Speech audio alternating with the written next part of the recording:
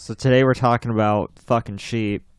Are we? I mean, well, a guy who liked to fuck sheep and kill them while he was fucking them. That's kind of mean. I mean, that is really mean. So, like, out of everything that this guy did, I was, like, most turned off by the fact that he would basically fuck animals and kill them. I mean, if you're gonna, like, kill some sheep, at least eat them after. But I mean, I guess, but it's just he's fucking them. Like, what the hell?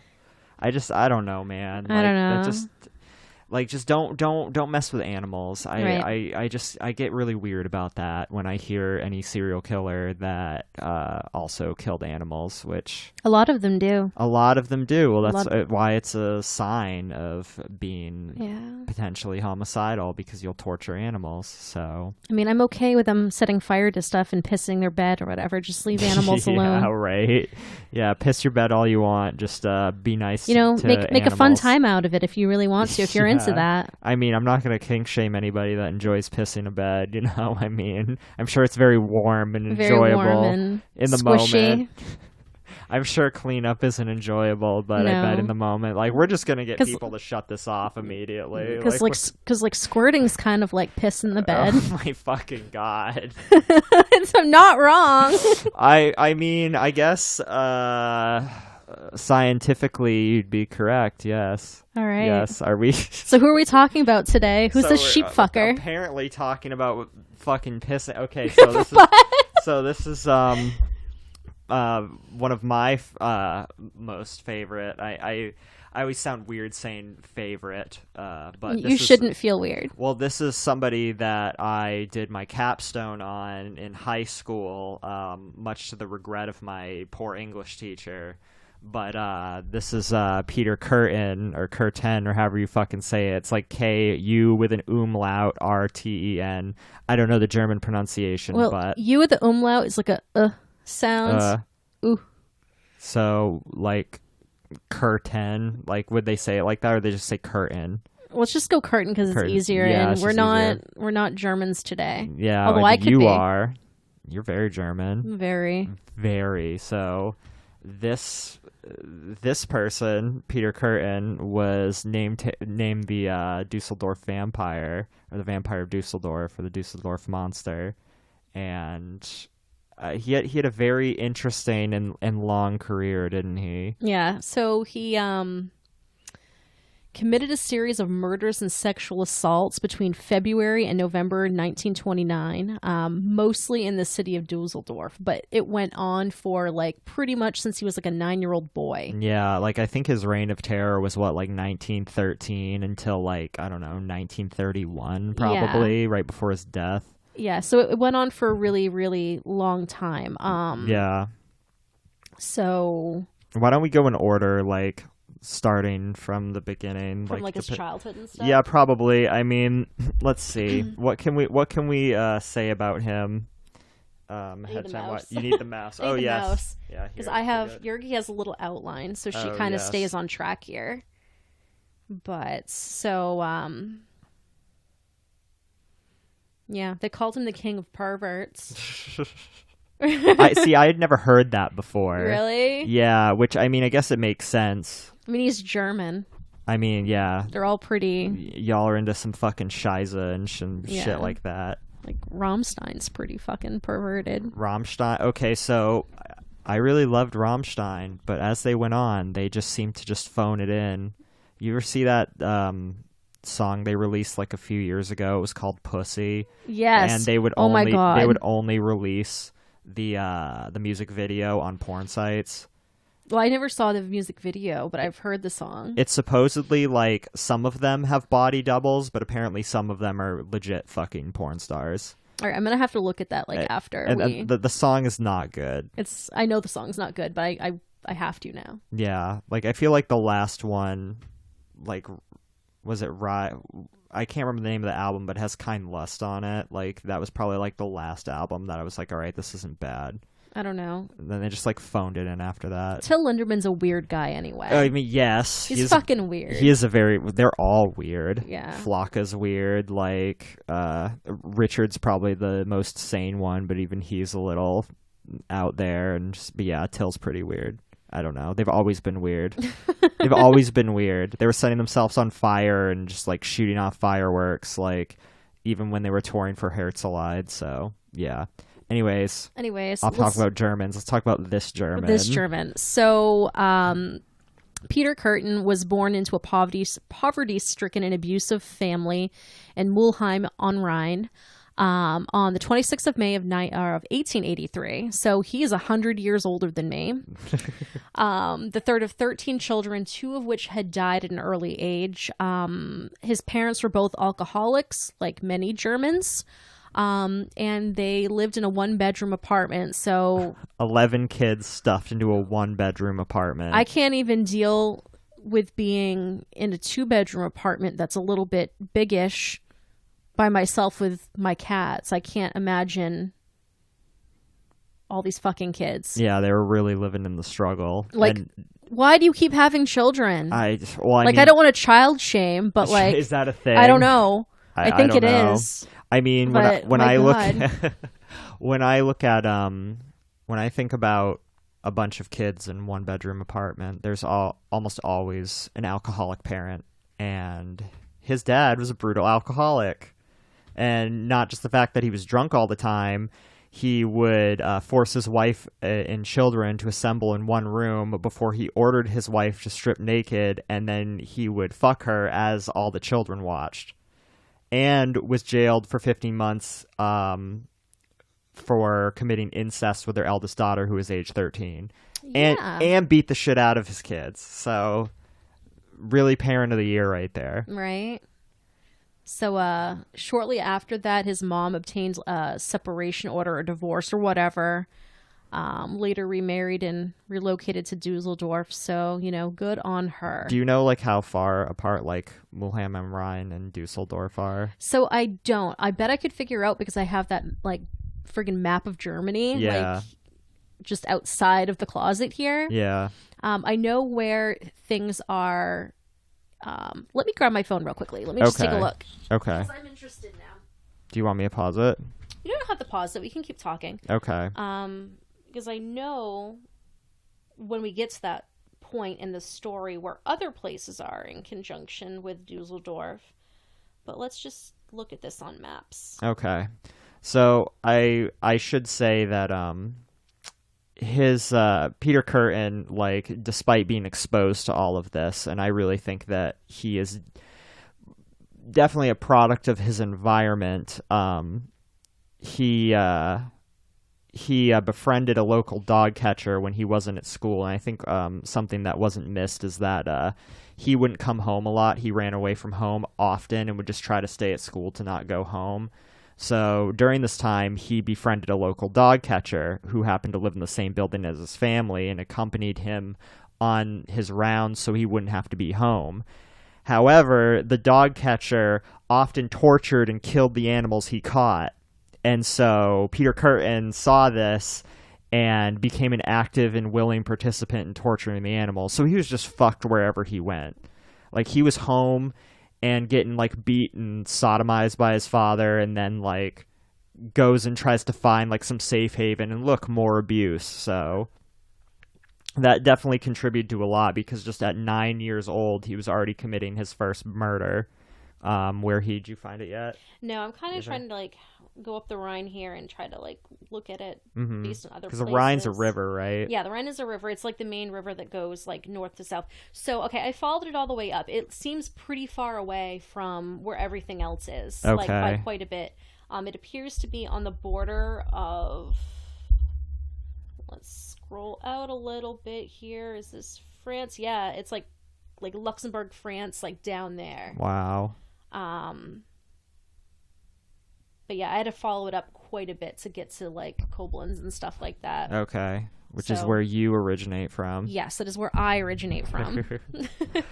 So yeah, his first murder that he committed was, he was with 2 boys. Yeah, he was with 2 boys, and they were on, like, a wooden raft. Yeah, and he pushed one off that he knew didn't know how to swim. So that boy started drowning, and when another boy jumped in, because there was 3 of them there, including Kürten. When the other boy jumped in to save the drowning boy, yep. Peter held his head underwater so that way he drowned. And so they both drowned, and the death was ruled accidental because it's really easy to get away with murder back then, apparently. Yeah, it's pretty much the perfect... I bet you could probably still get away with that today in the same scenario. Probably if you're 9 years old, I'm sure you could. If you're 9 years old and you don't have any, like, wounds from someone scratching at you trying to get out from under the water, I bet you could probably pull it off as long as nobody saw. Yeah. Not that I'm advocating anything. This is all alleged information. Yeah, I'm not now. allegedly advocating for you kids to go and drown your friends. I mean, I think most everybody knows how to swim as a child now. I don't think I've ever met anyone in my entire life that did not know how to swim. I don't know. I've met some people, but I just personally, for me, I can't imagine it. I learned really, really early. So did I. Really early. And I mean, even now, maybe I have a little bit of a risky behavior with swimming, but I don't know. You have risky behavior with swimming? Well, yeah. I like going into like ponds and out in the ocean, just like swimming out. Oh, yeah. Isn't like, great if you don't have like a noodle or something, but I don't know. I'm a really good swimmer and I like swimming really far. I mean, fair enough. Fair enough. Just, I don't know. Just don't die. Just don't die. Don't have a snapping turtle come by you. Just happened to me before. Scared the hell out of me. I wouldn't be scared of a snapping... I had a snapping turtle as a pet. Oh, did you? Yeah, Bubbles was a snapping turtle. Oh my god.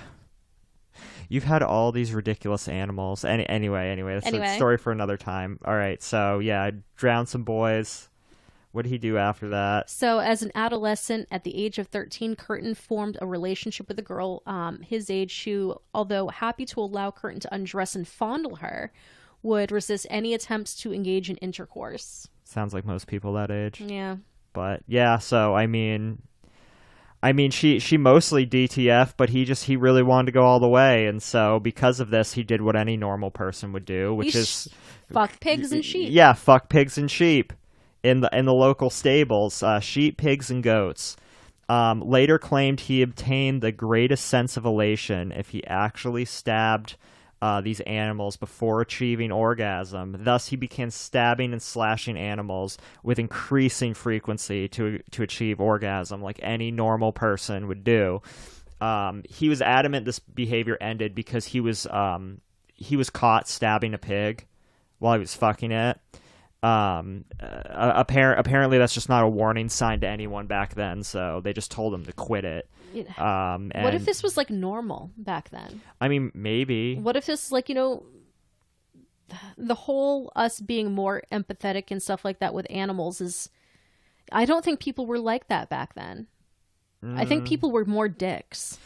Yeah, maybe. They just kind of looked at animals as objects. But I mean, I will say that having gone to high school in rural Maine, it was not uncommon to hear stories about people like fucking barnyard animals or even dogs. Like, I heard that a number of times from people doing that shit. So, I don't know, man. I mean, I think you have a point that it happened more often than back then, but still. At least he's not a chicken fucker like Pee-wee Gaskins. Oh, that was a good episode. That was a good episode. So to like bring it back a little ways, this was like an episode that we were supposed to like do with stories from the shed. And then they broke up. Yeah, rest in peace. Rest in peace. But, we've been like sitting on this and held on to it for a while and have wanted to do it. And today seemed like a very good day. I just think it's like with them not doing true crime anymore, we've been wanting to do true crime. So we can do some true crime now. Yeah, exactly. Especially this one that we've planned for a very long time. Oh my God, this one has been like on deck for 2.5 months, I think. 2.5 months, yeah. Maybe more. Yeah, maybe more, but it's been for a little while. Yeah. But anyways, oh yeah, I should mention that he did attempt to rape the same sister his father had earlier molested. So this girl's totally fucked now. Yeah. I really want to know like how this girl like lived her life and if she ended up getting out of squalor, but fucking terrible. So 1897 he left school. How old would that make him? He was born in 1883, so 1897, that would make him 14. Yep. Okay, so he left school at the age of 14, and his father insisted he become an apprentice molder. So this the apprenticeship lasted for 2 years before Kürten stole all the money he could find in his house, plus about 300 German marks from his employer, and then he ran away from home, where he relocated to Koblenz. Koblenz. I'm sorry. Don't you do that to my my fatherland. Koblenz. Okay. I will get it. I will get it eventually. I am not German. I'm like looking this up here because I'm trying to figure out what a fucking apprentice molder is, but it looks like someone who works in a foundry in a shipyard. Oh, okay. Okay, that makes sense. I wasn't too sure either, but anyways. I figured it was like a tool maker or something. But so he relocated there and he began a brief relationship with a prostitute 2 years his senior who he claimed willingly submitted to every form of sexual perversion he demanded of her. So what were they doing? Yeah, I want to know what they were doing. So it's funny. What's interesting about him is that he seems like an unreliable narrator. Because as you'll tell in a bit, he's had to recount a lot of these stories to authorities. So really, we only have his take to go on things. And he was pretty descriptive about other things, but he wasn't about this. I'm just kind of curious, but. And back in this time, what kind of sexual perversions, are there? What is kinky back then? Well, apparently animal fucking is apparently fucking an animal and killing it. Yeah. I mean, I don't know. They are German. So they are they having some like Frist mein Scheiße? Yeah, some poop sex. Are they pissing on each other? Mom, were you in a German Scheiße film? Are they just doing hard anal? I don't know. Hard anal? What's going on? As opposed to soft anal. Yeah, like slow romantic type of slow romantic evening. Anal. Yeah. My fucking god. Okay, so where is I? Just fucking okay. Prostitutes, yeah. So he had this wonderful relationship with a prostitute. I don't remember. It was like Pretty Woman. It was like Pretty Woman, yeah. He was like totally fucking Julia Roberts, in disgusting ways. That's what that movie's about, right? That's what that movie is about, right? Yes. Richard Gere is a serial killer with a fucking gerbil up his ass. Oh my fucking god. I'm just thinking of like if that movie just had a director's cut where it goes all 50 Shades of Grey. I can't imagine Richard Gere like just thrashing Julia Roberts around. I almost said Julia Childs. That would be something wonderful. That would be something. She was a big woman. Oh god. Okay. All right. So he was apprehended about 4 weeks later after he ran away from home. He was charged with breaking and entering and theft, understandably. Yeah. But he was only sentenced to 1 month in prison. So this seems to be like a reoccurring theme with a lot of these like serial killers back in the day that I look into. And I mentioned Pee Wee Gaskins before, who was a chicken fucker. Yeah. And was like no doubt one of the worst serial killers in, the Americas. But he, as well as like a child, like they just kept letting him out. Yeah. Over and over and over again. This is like the system is to blame on this because they keep just not recognizing friggin' pig fucker here and like, all the other shits. Yeah, keep this in mind because when we talk about his prison sentence later, like, it'll amaze you just how much of his life he's actually spent in prison. Mm-hmm. But, he was released in August of 1899 and he reverted to his life of petty crime that he lived prior, understandably. His first attempted murder, if you don't count the child killings, he claimed to have committed his first murder in November of 1899. So, 3 months after he got out of prison? Yeah. So in his alleged confession, he picked up a 18-year-old girl at the how do you say that? Alleystrasse. Alleystrasse, okay. So that weird B is two S's. Is two S's. So okay. like my name, Jessica, would have one of those. Okay. It's called an S set. An S set. Okay. It just looks like the omega symbol to me. But yeah. Or is the alpha? No, it's the beta symbol. Beta. I'm sorry. So he persuaded this girl he picked up to accompany him to the Hofgarten, where he claimed to have engaged in sex with the girl before strangling her to death with his bare hands. However, there's no records to corroborate his claims. So if the attack did take place, the victim probably survived, which a lot of his victims did, surprisingly. Nonetheless, he said that through committing this act, he had proven to himself that the greatest heights of sexual ecstasy could only be achieved in this manner. You know, it seems like Peter Kürten just needs to find the right type of girl. I mean, we'll get into this later, but I mean, his wife that he ended up with, like, that woman was a saint, and he said as much, you know. But yeah, I don't know. Maybe he just needed the right type of woman, but was like, maybe he just needed to like hitch up with that prostitute. I don't know, but. I mean, you can only kill somebody so many times, right? So I think you only have like one use on a person, really, if you think about it. So, anyways, what was his first conviction? Yeah, so shortly thereafter, in 1900. Okay, so we're getting into the new millennia here. Turn of the century. Turn of the century. Curtin was arrested for fraud. How boring. Yeah. Ugh. He would be rearrested later the same year on the same charge. Although double jeopardy. The second occasion, charges pertaining to the 1899 Dusseldorf thefts plus the attempted murder of a girl with a firearm were added to his indictment. Consequently, Kürten was sentenced to 4 years imprisonment on October of 1900. He served the sentence in Derendorf, a borough of Dusseldorf. Mm-hmm. And then he was released in summer of 1904. So he legit did his 4 years. And then, like any normal person getting out of prison, he gets drafted into the army.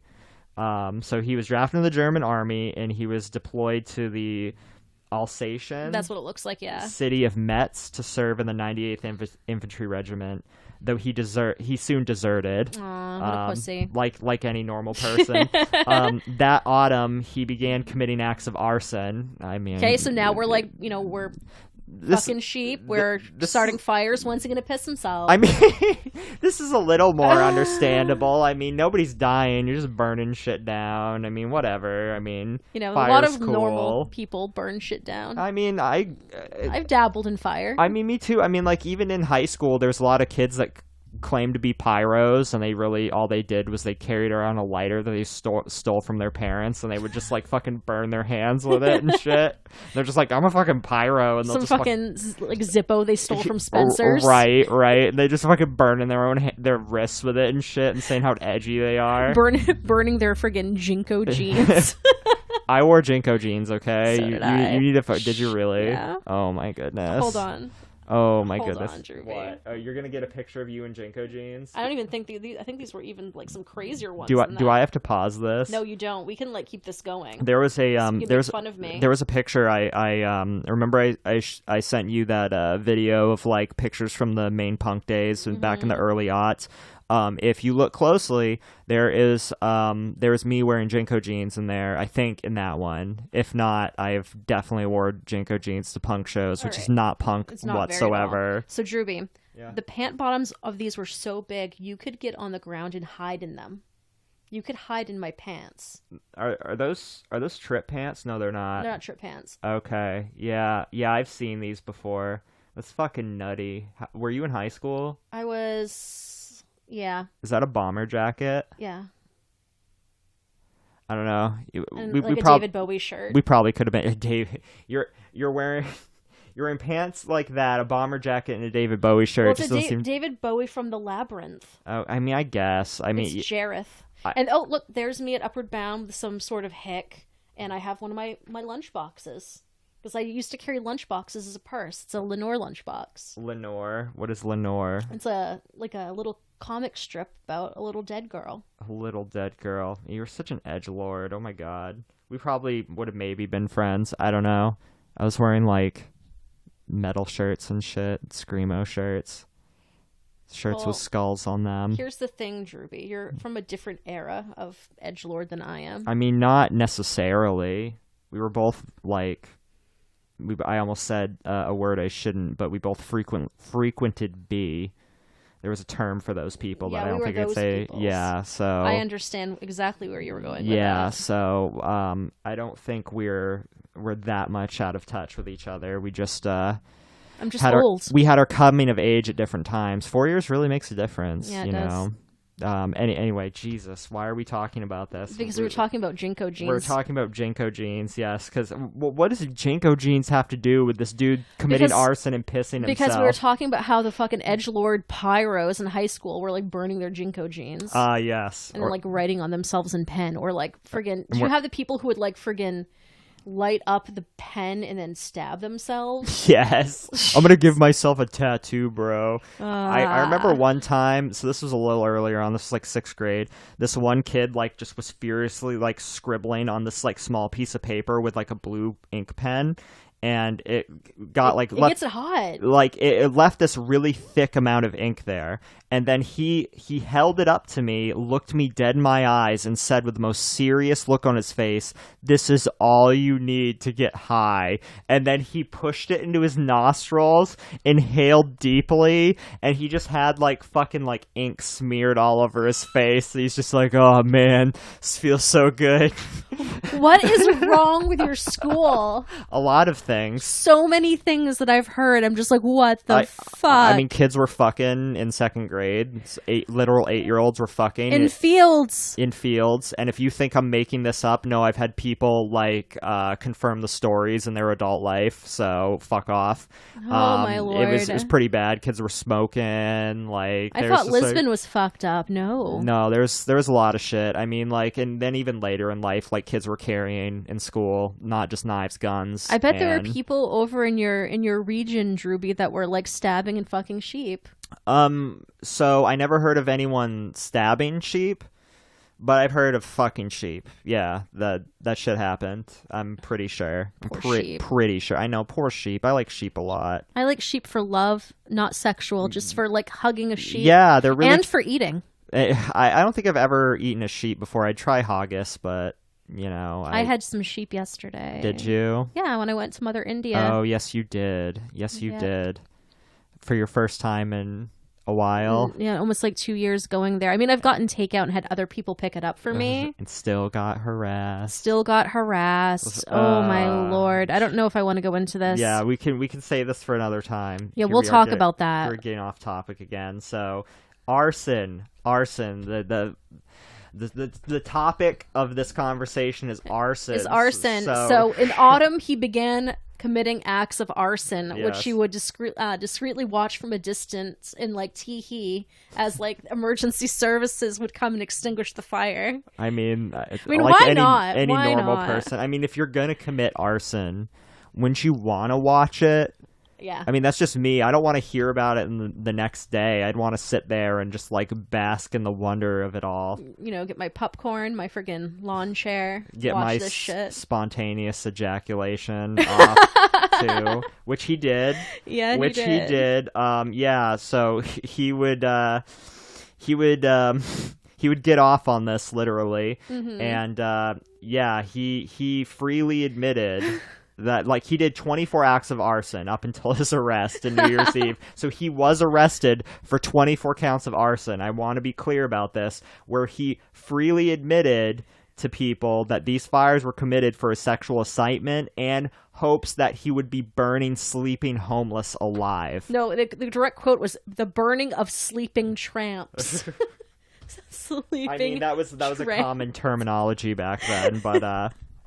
Yeah, so being caught for arson, okay, he was also tried by the military system for his desertion. So he was tried in military court for desertion, multiple counts of arson, robbery, and attempted robbery.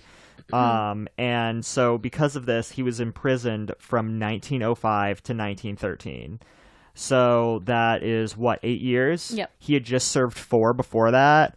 And then he did another 2, I think. I can't remember, but this dude has spent half his life almost at this point. Yeah. This dude has spent almost half of his fucking life in prison. Like he did his first 4 years, he gets out, he wants to set people on fire. And so I can't imagine what this dude wants to do after another 8 years in prison. It just keeps escalating the more and more and more he's in there. It does. And yeah, so he did his sentence in Munster. It would be Munster. Munster. Much of his time was spent in solitary confinement for insubordination. So you might think you might not want to be in general population because of all the shit that goes on there, but I've heard from multiple sources that solitary confinement is like one of the worst things, like the worst forms of mental torture you can have. So, yeah, imagine what this does to a person's psyche being in there for so long. Mm-hmm. He later would claim to investigators and psychologists that this period of incarceration was that in which he first encountered severe forms of discipline, and as such, the erotic fantasies he had earlier developed while incarcerated in Derendorf expanded to include graphic fantasies of his striking out at society and killing masses of people.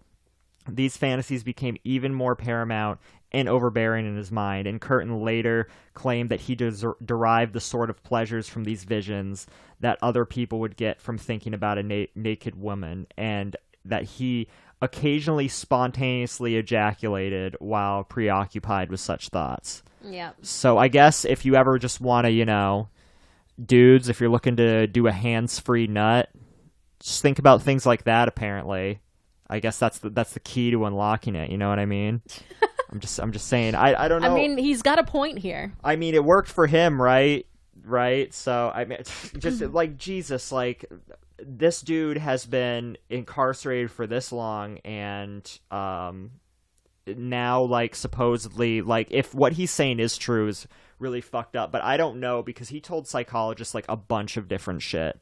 Yeah. About himself. So whether this is true or not, I just don't know.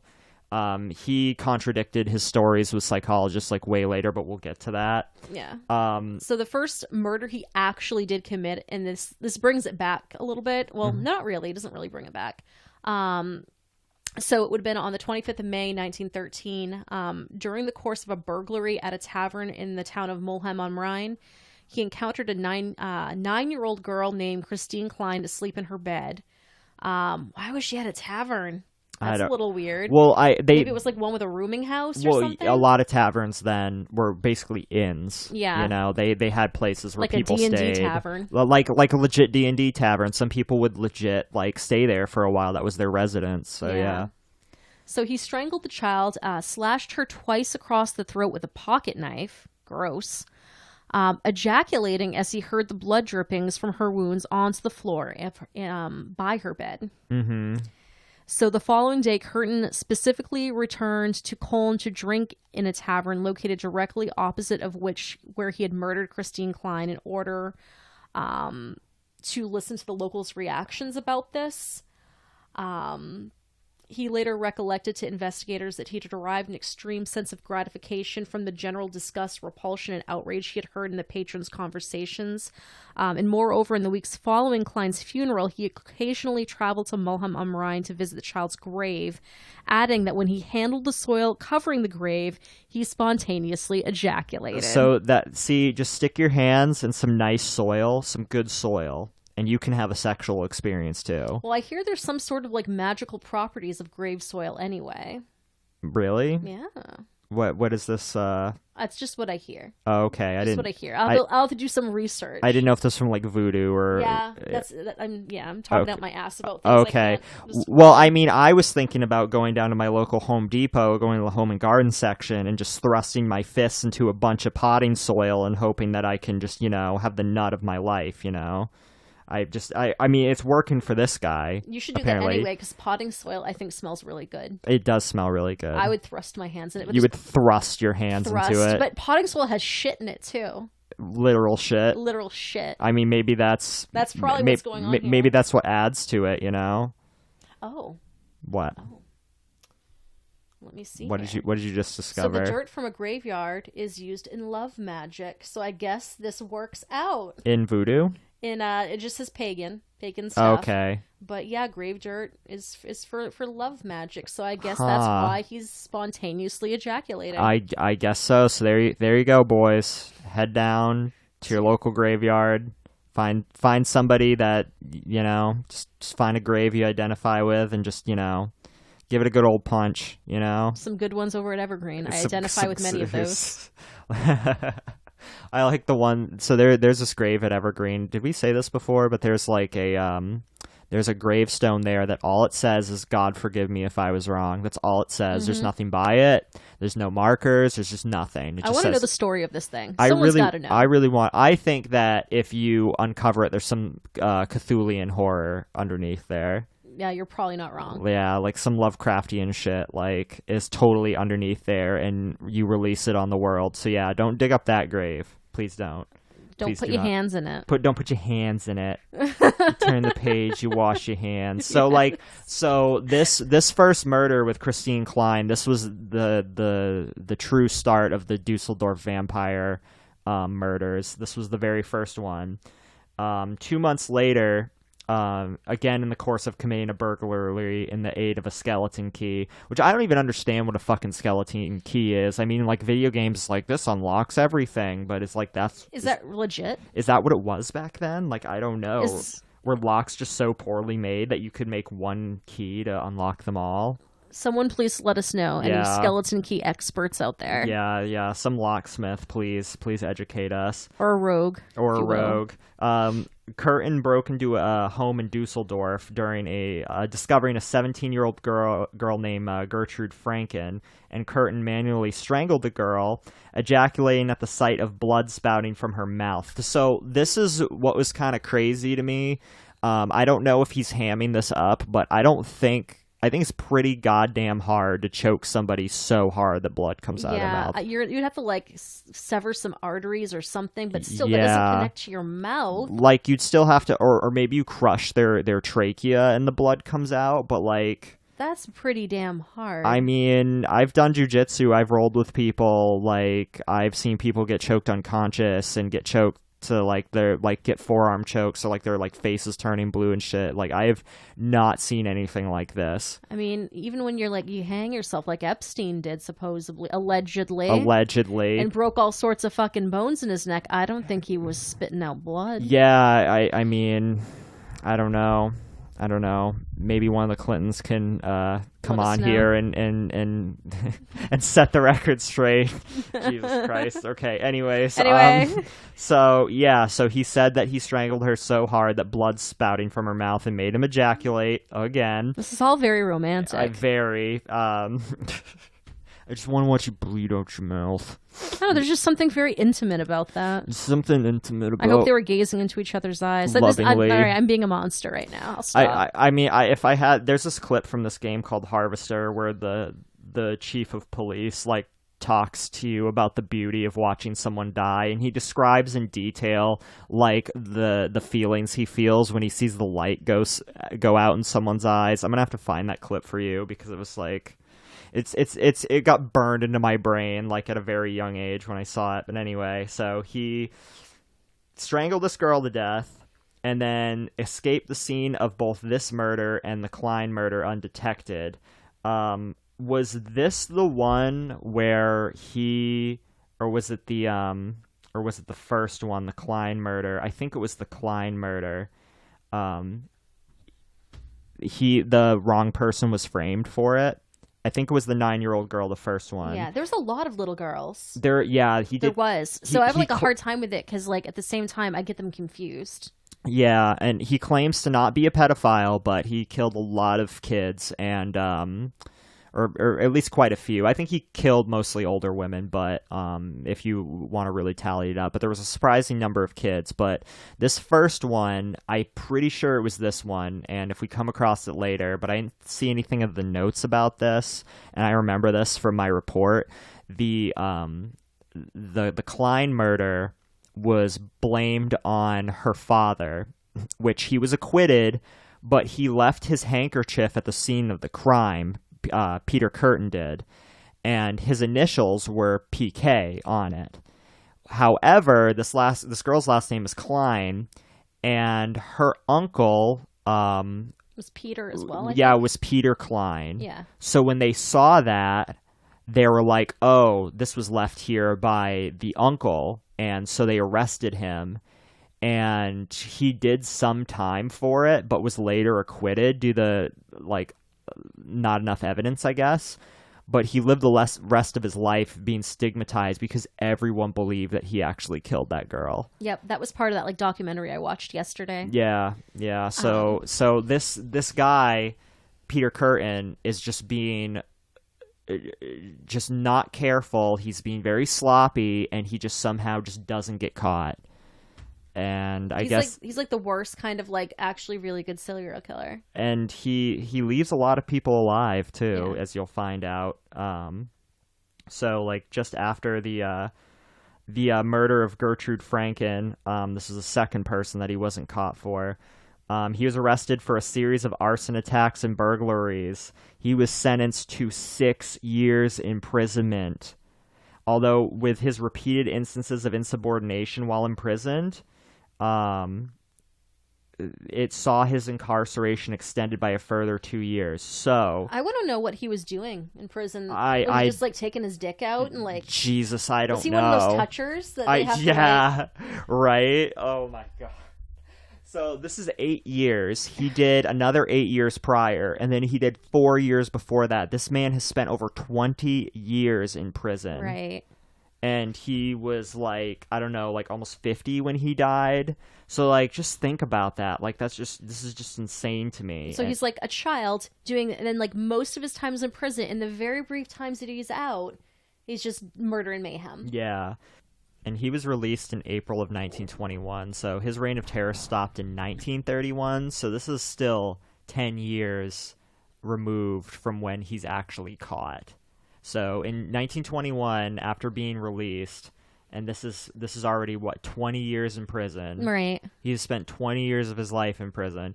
He relocates to Altenburg, where he initially lived with his sister. I don't know if it was the sister he tried to assault. I really hope it's not the sister he tried to assault, but you never know. Yeah, you never know. But his family seems fucking weird. He's one of 11 kids. I really want to know what happened to his dad, if his dad reached some sort of untimely death or whatever. He probably died drunk in a gutter with rats. I hope so. But yeah, through his sister, he became acquainted with a woman that was 3 years older than him named August Scharf. I think is how you say it. I'd say Augusta. Augusta. Okay, and we have the German expert here. But yeah, Augusta Scharf, who was a sweet shop proprietor and a former prostitute who had been previously convicted of shooting her fiance to death. And Kürten pretended to be a former prisoner of war. That's why he was, gone for so long. I want to know more about why she shot him to death. Yeah, I really want to know about this too. Was it her pimp? I don't know. We're gonna have to, for the next episode, we're gonna have to research if we can find anything about this woman. We'll have to, because this is looking like this is gonna be a multi-episode situation here. Yeah, it probably is. I didn't expect I figured it was gonna take an hour tops, but we're not even a third of the way there. Yeah, so this is probably gonna be multiple episodes. So I'll try to wrap this section of it up. So yeah, he met this lady who killed her fiance. He pretends to be a prisoner of war. 2 years later, they married. And although the couple regularly engaged in sex, Kürten later admitted he could only consummate his marriage by fantasizing about committing violence against another individual. So that after their wedding night, the only time he engaged in sex with his wife was only when she initiated it. So, yeah, this guy just can't handle vanilla sex no more. No. He did it to try to be nice to his wife, but he needed to, he needed the finer things in life, needs apparently. A little spice. Needs a little spice. It's like when you go to a marriage counselor and they're like, have you thought about introducing kink in the bedroom? This is the type of kink they're talking about. They are telling you to kill your wife, allegedly. Anyway. Allegedly kill your wife. Allegedly kill and your make wife. Blood spurt out as you strangle. Because apparently your bare hands can generate enough force that just shoots blood up from your esophagus into your mouth. But anyways, oh my God. So okay, vanilla sex with your wife. Then for the first time in his life, he got a real job. Yes, this is kind of crazy. It wasn't working for a dog catcher. Yeah, he became an active trades union official. Although, let's see here. To the exception of his wife, he had no friends. Yeah, I mean, he was working a respectable job, but he just couldn't make friends, I guess. Yeah. So he worked this job for 4 years, and in that time, he didn't commit any murders at all. He was actually pretty dormant during this time. But in 1925, he decided to return to Dusseldorf with his wife, where he then began affairs with a servant girl named Tida. Tida, okay, Yeah. and a housemaid named Mech. Mech. It's spelled like mech, like M-E-C-H. I'm thinking of her in a mech suit yeah, now. I am too. Some Neon Genesis Evangelion shit. When his wife discovered his infidelity, Tida reported Kürten to the police, claiming he had seduced her, and then Mech alleged that he had raped her. What a bunch of bitches. So the are you shaming victims, Yergy? You know what? No, no. Go on. No, go on. No, okay, all right. I mean, if they were just like fooling around, you don't gotta maybe he was just doing vanilla with them too. I mean, we don't know. We don't know. This is a legend. Yeah, because he didn't give any any count of the situation. That's why I feel it was vanilla, because anytime things get a little crazy, you got blood spurting out from a strangulation. Talks about it, yeah. Huge game. So he probably was just like, just getting a little on the side. So if I could just if I could just speculate for a little bit, here is somebody who hasn't committed any sort of crime within 4 years, and actually technically longer than that, because he was in prison for 8 years. So you're looking at 12 years without killing somebody, and you've already recognized that you need some sort of violence to get yourself off. And here you have this wife that, is great, like it's what you wanted, you have nothing to complain about, but it's just sex is not getting you there. You're probably thinking, well, I wonder if I could find this with someone else. So that's probably might have been his mindset if it was vanilla and it wasn't forced. I'm sure he did rape the other one. Probably. The seduction one. So this is what kind of like grinds my gears a little bit, because he was charged for that. You apparently could get charged for seducing somebody, for seducing a servant. I don't understand this. I wonder if it's like because they're working for you and there's like that power type of like imbalance, maybe. I guess, but in the 20s, especially in Europe, did they really have those types of protection laws then? I doubt it. I mean, even now, let's say you sleep with like one of your employees, you're not doing prison time. No, but you still can get in trouble for sexual harassment. You can get in trouble for sexual harassment. Pro quo. Yeah. That's what it's called. I almost did my Hannibal Lecter I voice. wish you would have. I can't not on the spot. I don't even think it's that good. This fits because we were talking about slaughtering the spring lambs earlier. Anyways, so he did 8 months for a seduction charge. I have never heard of this before, but he did 8 months in prison. And so the rape charge was dropped, and so he served 6 of the 8 months. It's just weird. The rape charge is dropped, but the seduction charge isn't. You would think like even the rape charge could get pled down to seduction too, right? But you'd think so. I don't. I need to know more about this seduction. Yeah, we need to look this up. So things we need to look up. We need to look up what happened with the shot fiance. The shot fiance, and we need to look up like what this seduction bullshit is. Yeah, we need to really look this up. And if we can't find anything, we need to figure out what exactly was the culture around seduction charges in Germany then, or even if we can get something in Europe at the time. Because this is the first time I had ever heard of anything like this. I did not know it was criminal. But he served 6 months of the sentence. He was released early, 2 months early, upon the condition that he relocated to Dusseldorf. So he was in Altenburg. Yeah, so he's told to go back to the scene of the crime, basically. Like everything bad seems to happen in Dusseldorf, so...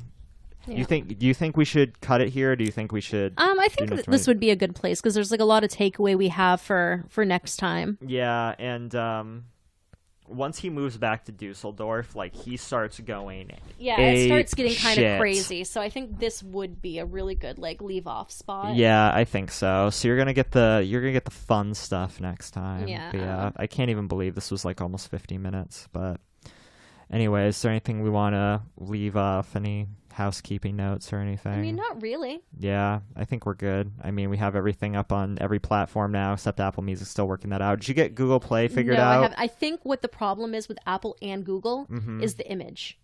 Oh, that it's not accepting it because we don't have the right image size. So we really need to get some like art going on. Yeah, I'm probably gonna have to pay for an artist to do something. I have a couple ideas, but if you're somebody that can do something that's professional looking, kind of creepy, not cartoony, and it'll look good, it won't look like a fucking high schooler or a first year college student did it. Like I'm just saying my requirements here. Let us know, and show me some of your work, and maybe we can work something out. But if nobody comes forward, I have a couple ideas of people that I think could do a good job. Yeah, plus, Yergy and I have to talk about what we want it to be. Exactly. The stuff you've shown me looks pretty cool. So if, all else fails, definitely go with that person. Okay. But, yeah. I figured I could just do some like weird design that he comes up with. But if we have like an idea specifically, wow, my stomach is rumbling and I'm fasted. Mine has been like all morning. I'm fasted too. So I'm just like kind of concerned that I'm rumbling this hard. But either way, I am going to go stuff my face after this. So yeah, we'll be back next week with part 2 of this. We may interject this, like we may leave it off for 2 weeks because we may be doing something else next week. I'm not sure yet, but I think we'll be doing part 2 of this next week. Yeah, or at least we'll have it in the works. Yeah, in very latest 2 weeks from now, I think. So anyway, bye. Bye.